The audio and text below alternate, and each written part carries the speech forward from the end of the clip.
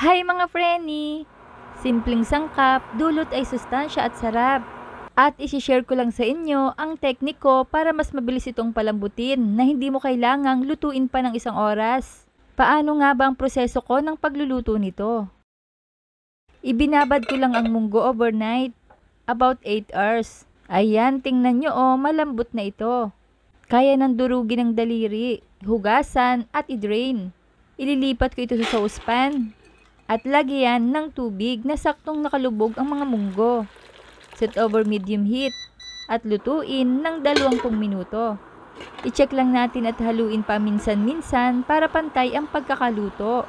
Ituloy ang pagluluto at 20 minutes later ay malambot na ito. Para sa kompletong listahan ng mga sangkap ay panoorin ang video hanggang dulo. Durugin ito hanggang sa bahagyang maging smooth. Huwag yung durog na durog, ganito lang At meron tayong hipon, 50 pesos lang ang bili ko dito at ang dami na. Ikat lang natin yung mga sungot at matutulis na parts para hindi sagabal kainin mamaya. Ayan, finish na. Manlawang mabuti. At sa mainit na kawali ay tunawin ang 2 tablespoon of butter. Kapag nagbabubbles na ay lagay ang mga hipon. Budburan ng asin at paminta. Stir fry for 4 minutes. Tanggalin sa kawali. Ay napakabango mga preni. Nakakatakam na. Lagyan natin ito ng konting oil. Ilagay ang dilis. At i-fry lang natin until toasted. Hanguin. Lagyan ng 2 tablespoon of oil. Igisa ang luya. Pampasarap ito. Bawang. Saute for a second. Sibuyas. Saute for a second. At diced tomato. Saute for a minute. At lagyan ng 1/2 cup of water. Lutuin lang hanggang sa lumambot. At meron tayong shrimp fry. 3 kutsara lang ilalagay ko. Saute for 2 minutes. Saka ilagay ang dinurog na munggo. Haluin at budburan ng paminta at seasoning granules. Taste accordingly.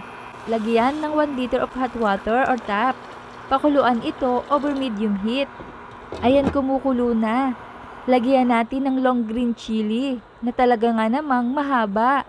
Tama na ang isa, katumbas naman ito ay 4 na. At meron din tayong sliced ampalaya. Lutuin lang ng 2 minuto. At maaari nang ilagay ang buttered shrimp. Luto na ito, kaya naman isimmer lang natin ito for a minute. Ayan, ang sarap. Ilipat sa isang serving bowl.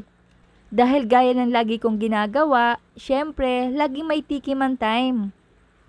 O diba ang dami pa rin natira sa kawali. At hindi ito nawawala sa amin. Sili, kalamansi at patis. Talaga namang masarap ipatak sa sabaw. Ganito naman yung ginagawa ko sa dilis, hinahalo ko lang siya kapag kakain na. Para malutong pa din. Kain na po tayo. At mga taga saan naman kaya ang mga nanonood sa akin ngayon? I-comment lang sa ibaba at itry nyo na. Kaya i-like, i-share at i-follow nyo na ako para updated kayo sa mga reseping ibabahagi ko pa. Huwag kalimutan, cook with love. Thanks for watching. Bye-bye!